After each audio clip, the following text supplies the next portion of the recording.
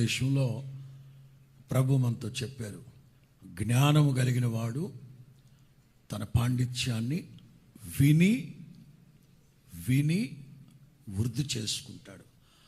జ్ఞానము కలిగిన వాడు కీడు వస్తుందని తెలిసి తప్పించుకొని సురక్షితంగా ఉంటాడు. బుర్ర తక్కువడైతే విర్రవీగుతూ వదరబోతు మాటలు మాట్లాడుతూ ప్రమాదానికి ఎదురెళ్తాడు, నాశనం అయిపోతాడు. ఆవేళ ప్రభు చక్కని మాటలు చెప్పారు. మనము జ్ఞాన వివేచన గల జనమని ఎదటి వాళ్ళు కేవలం చూడడం కాదు, కేవలం చూసి వాళ్ళ కోసం మనం చెప్తే మనం తక్కువైపోతామేమోనని లోపల దాచుకోవడం కాదు, కానీ చెప్తారు. ఆవేళ సాయంకాలం చెప్పాను కదా,